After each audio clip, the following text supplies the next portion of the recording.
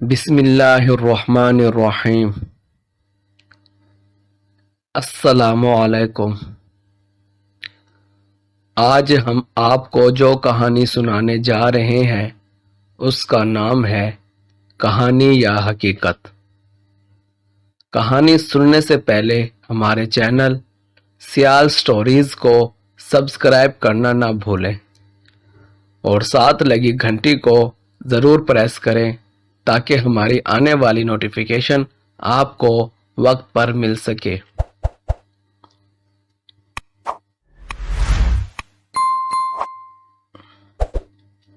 ہم آپ کو اپنے چینل سیال سٹوریز میں خوش آمدید کہتے ہیں۔ حمزہ کالج سے پڑھ کر گھر واپس آیا تو امی جان کو سلام کر کے اپنے کمرے میں چلا گیا۔ آج وہ بہت تھک گیا تھا کیونکہ آج اس کی سائیکل خراب تھی، جس کی وجہ سے وہ پیدل کالج گیا اور واپس بھی پیدل کالج سے آیا۔ امی جان نے اسے یوں کمرے میں جاتے ہوئے دیکھا تو سمجھ گئیں کہ وہ ضرور تھک گیا ہے، اس لیے اس کا کھانا لے کر وہ خود ہی اس کے کمرے میں آ گئیں۔ کھانا کھانے کے بعد وہ بیڈ پر لیٹ گیا مگر نیند اس کی آنکھوں سے کوسوں دور تھی۔ بیڈ پر پڑے ہوئے ایک رسالے پر اس کی نظر پڑی تو اس نے بے اختیار وہ رسالہ اٹھا لیا اور ورق گردانی کرنے لگا۔ ورق گردانی کرتے کرتے اچانک اس کی ایک کہانی پر نظر پڑی۔ کہانی کے عنوان نے اسے اپنی طرف متوجہ کر لیا۔ کہانی کا عنوان تھا ایماندار آدمی۔ ساتھ لکھنے والے کا نام بھی جگمگا رہا تھا، شغف ادیب۔ اسے اس عنوان اور لکھاری کے نام میں دلچسپی محسوس ہونے لگی۔ آہستہ آہستہ اس نے کہانی پڑھنا شروع کر دی۔ عام طور پر وہ کہانیاں پڑھنے کا عادی نہیں تھا۔ اس کے گھر کافی میگزین آتے تھے لیکن وہ صرف سرسری جائزہ لیتا یا پھر صرف وہی تحریر پڑھتا جو اس کی توجہ کا مرکز بن جاتی۔ اس کے دیگر بہن بھائی اور گھر والے مطالعے کے کافی شوقین تھے، اس لیے کئی میگزین اور اخبارات اس کے گھر آتے۔ اس کی چھوٹی بہن اس کی غیر موجودگی میں اس کے کمرے میں ایک رسالہ پڑھ رہی تھی کہ کوئی کام یاد آنے پر وہ رسالہ وہی رکھ کر چلی گئی۔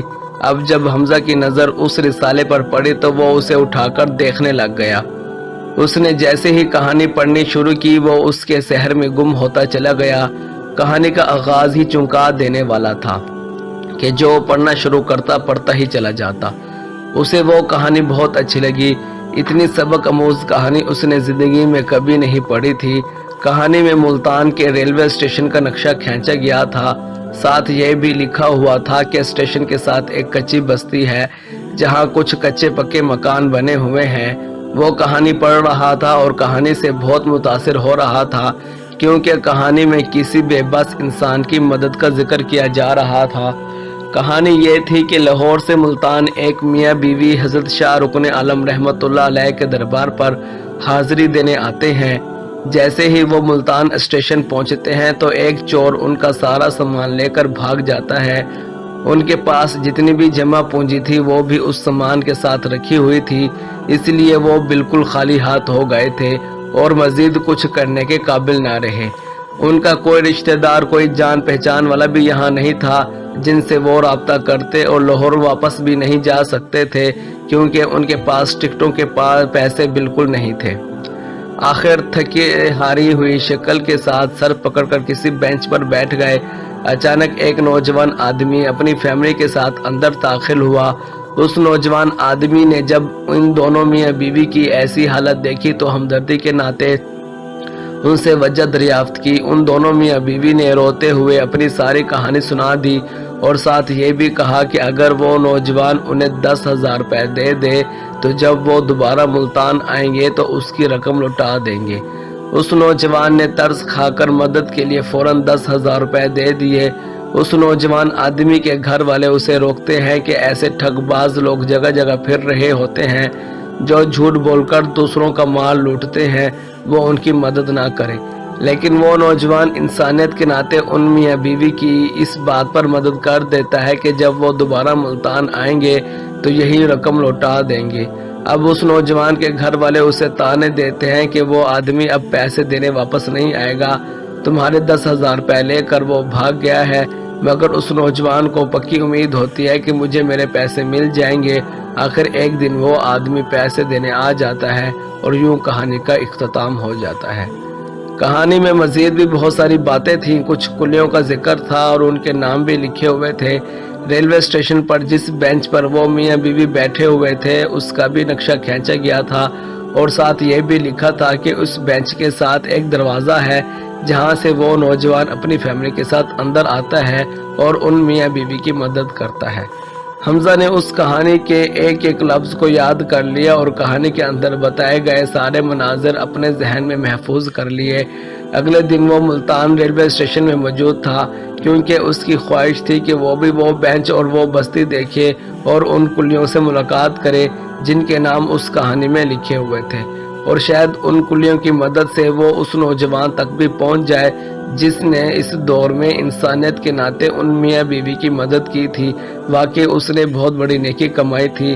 اسے اس نوجوان سے ملنے کا تجسس بے قرار کر رہا تھا۔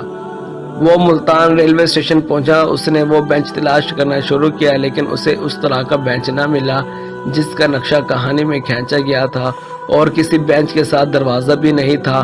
آخر اس نے ایک کلی کو اپنی طرف آتے دیکھا۔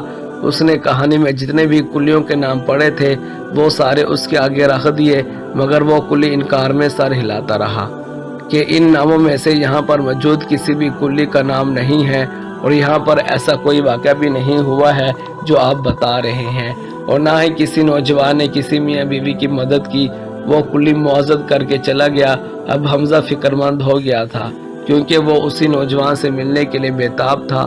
اس نے کچھ دوسرے کلیوں کو پکڑا، انہوں نے بھی انکار میں سر ہلا دیا۔ آخر اس نے کہانی میں پڑی ہوئی کچی بستی کا نقشہ پیش کر دیا کہ شاید کوئی کلی پہچان جائے اور وہ اس نوجوان تک پہنچ جائے۔ ایک کلی نے اس کی طرف دیکھا اور ہنسنے لگا۔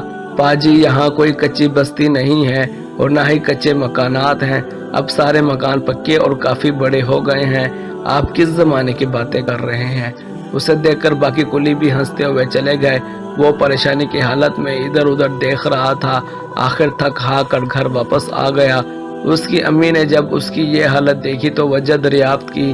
دوسرے بہن بھائی بھی اسی گرد جمع ہو گئے۔ آخر اس نے سارا کچھ سب کو بتا دیا۔ اس دوران ابو بھی آ چکے تھے۔ گھر میں اچھی خاصی محفل جم چکی تھی۔ سب اس کی باتیں سن سن کر لوٹ پوٹ ہو رہے تھے اور وہ شرمندگی سے سر جھکائے ہوئے تھا۔ ارے بے وقوف، کہانیوں میں ایسی باتیں فرضی ہوتی ہیں، تم نے سب کچھ سچ سمجھ لیا؟ ابو جان نے کہا تو سارے ایک دفعہ اس پر ہنسنے لگے اور اس کا مذاق اڑانے لگے۔ اسے شگف ادیب پر بے حد غصہ آ رہا تھا، کیونکہ وہ کہانی بھی ایسے لکھتا ہے جیسے حقیقت بیان کر رہا ہو۔